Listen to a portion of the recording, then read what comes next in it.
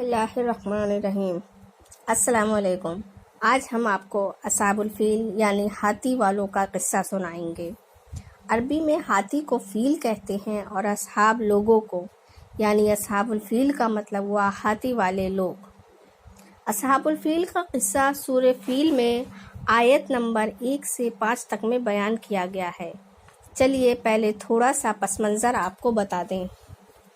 تقریباً 2100 قبل مسیح میں خانہ کعبہ کی تعمیر مکمل کرنے کے بعد اللہ تعالیٰ نے حضرت ابراہیم علیہ السلام سے فرمایا کہ لوگوں میں اس گھر کا حج کرنے کے لیے اعلان کر دو۔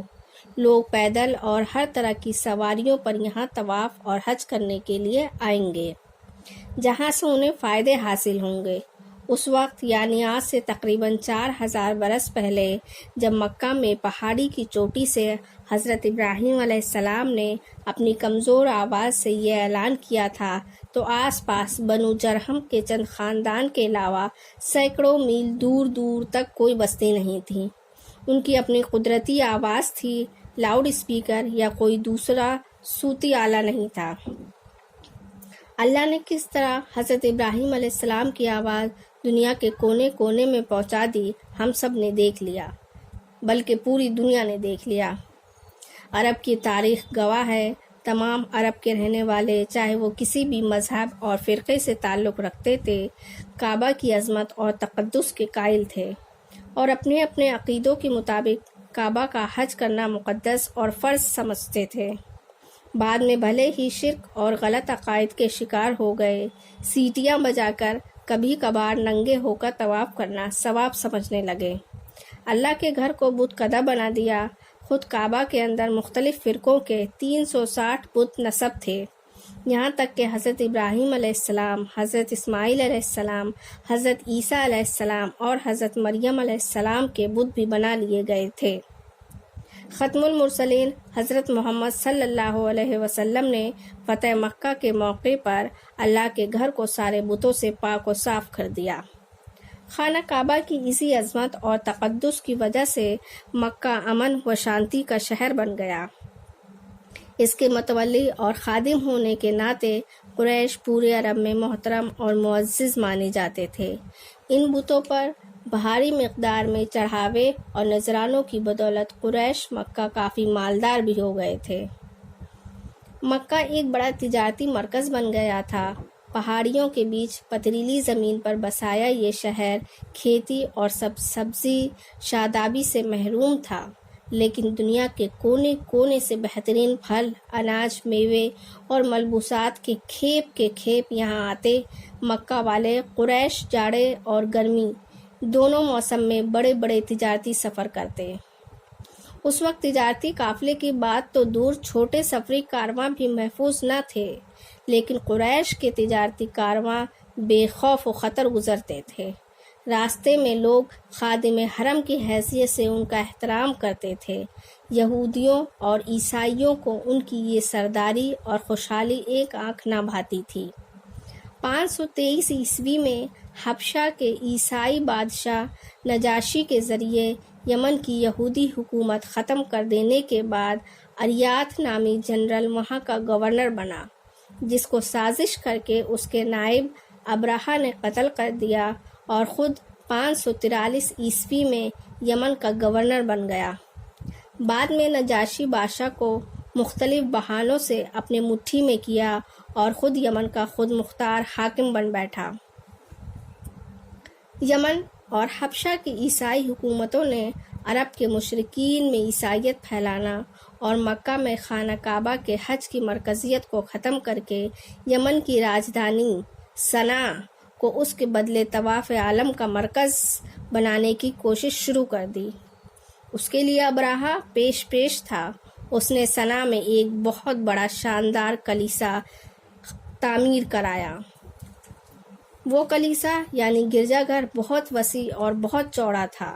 کئی قسم کے جھاڑ لگائے، نہریں جاری کیں اور اس گرجے کو اتنا اونچا بنایا کہ عرب کے لوگ اسے قلیس کہنے لگے۔ قلیس مطلب جو بہت اونچا ہو، جس کو دیکھنے کے لیے گردن کو اوپر اٹھانا پڑے، اور اس کی شہرت آس پاس کے علاقے میں ہو گئی اور عیسائی کے ماننے والوں اور پادریوں کو مکہ کے خانہ کعبہ کے ساتھ ساتھ اس چرچ یعنی اس گرجا گھر کا بھی طواف کرنے کا حکم دیا اور یہ طے کیا کہ یہاں بھی حج کیا جائے گا اور وہاں بھی حج کیا جائے گا۔ لیکن جب قریش کو یہ بات پتہ چلی، ابراہہ نے اس طرح کی جسارت اور جرت کی کہ خانہ کعبہ کے مقابلے ایک گھر بنا دیا جو کہ ایک گرجا اور چرچ ہے، اور اس چرچ کی طرف دعوت دے رہا ہے لوگوں کو کہ آ کر اس کی زیارت کریں جس طرح حج کرتے ہیں۔ ان کو یعنی قریش کو بہت غصہ آیا۔ عرب کے قبائل اس کے ارادے کو بھانپ گئے، لیکن ان کی کوئی حکومت یا مضبوط ادارہ نہیں تھا جو اس کا مقابلہ کرتا۔ اندر ہی اندر سارے عرب قبائل سخت بے چین تھے اور غصے میں بھی تھے۔ کچھ نوجوان نکلے اور زیارت کے لیے وہاں پہنچے۔ نیت تو ان کی کچھ اور تھی، لیکن ارادہ یہ بتایا کہ ہم زیارت کے لیے آئے ہیں اور اجازت مانگی کہ ہم اس گرجا گھر میں رہ سکتے ہیں۔ ظاہر سی بات ہے، جب کوئی زائرین کہیں سے آتے ہیں تو رکنا پڑتا ہے زیارت کے لیے۔ وہاں انہیں رکنے کی اجازت مل گئی کیونکہ قریش کے نوجوان غصے میں تھے۔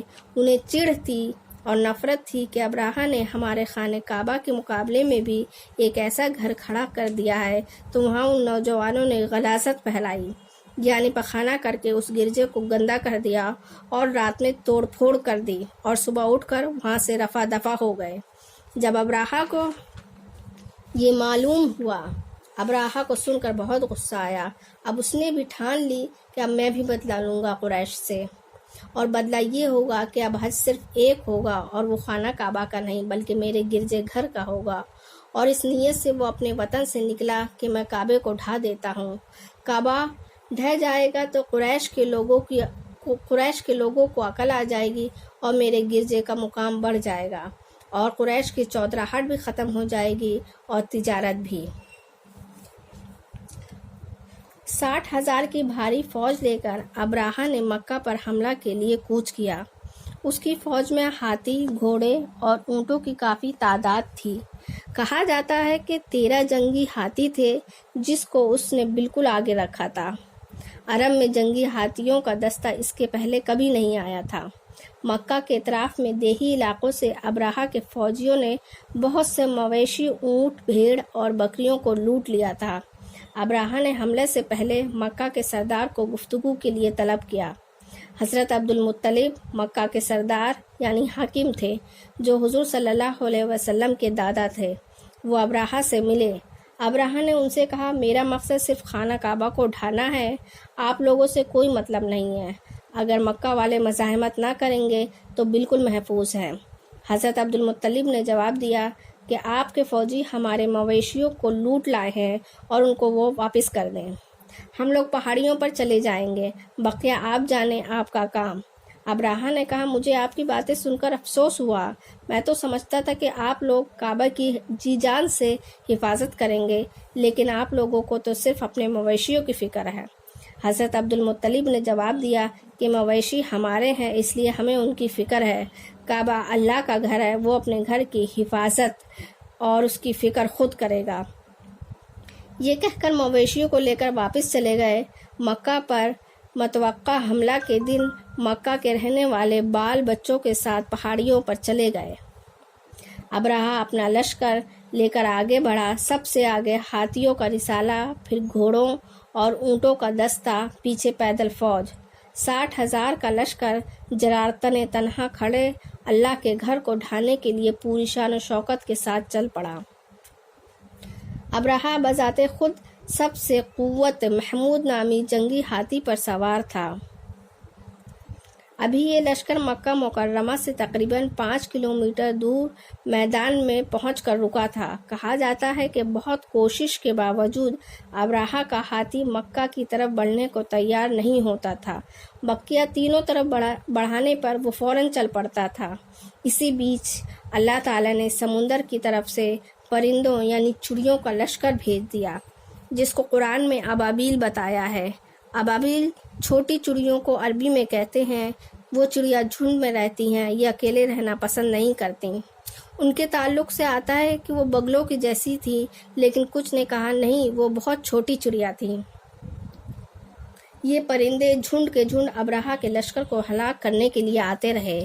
ہر چڑیا کی چونچ اور پنجوں میں ایک ایک کنکڑی ہوتی تھی۔ جس ہاتھی، گھوڑے، اونٹ، فوجی پر یہ کنکڑی پڑتی تھی، اللہ کے حکم سے ان کا اثر ایٹمی کیپسول کی طرح ہوتا تھا۔ جسم پگھلنا شروع، کھال پھٹ جاتی، گوشت کٹ کٹ کر گرنے لگتا۔ پوری فوج میں بھگدڑ مچ گئی۔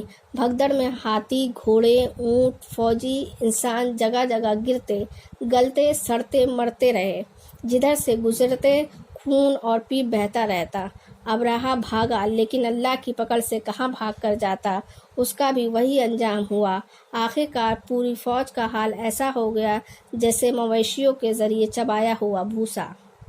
مورخین کا قول ہے کہ ایسے پرندے نہ پہلے کبھی دیکھے گئے تھے، نہ بعد میں دیکھے جا سکے۔ بعد میں اللہ تعالیٰ نے کچھ ایسے پرندوں کو بھیجا جنہوں نے لاشوں کو چٹ کر کے صفا کر دیا۔ اللہ تعالیٰ نے اس گستاخی کے لیے صرف یہی سزا نہیں دی، بلکہ 575 عیسوی تک یمن سے عیسائی حبشی سلطنت کا بالکل خاتمہ ہو گیا۔ کچھ عرصہ یمنی لوگوں کی ہی حکومت رہی، لیکن جلد ہی ایران کے بادشاہ کسریٰ نے یمن کو فتح کر کے اسے اپنے ملک فارس کا ایک صوبہ بنا دیا۔ 728 عیسوی میں ایرانی سلطنت کے یمنی گورنر بازان نے رسول صلی اللہ علیہ وسلم کی حیات طیبہ میں ہی شہریوں کے ساتھ اسلام قبول کر لیا۔ تب سے آج تک پورا ملک یمن اسلام کا دامن پکڑے چلا آ رہا ہے۔ تو یہ تھا اصحاب الفیل کا قصہ۔ یہ واقعہ حضور صلی اللہ علیہ وسلم کی پیدائش کے سال ہوا، اس لیے اس سال کو عام الفیل بھی کہتے ہیں۔ انشاءاللہ ایک نئی ویڈیو میں ایک نئے قصے کے ساتھ پھر ملیں گے۔ چینل کو لائک، شیئر اور سبسکرائب ضرور کریں۔ اللہ حافظ۔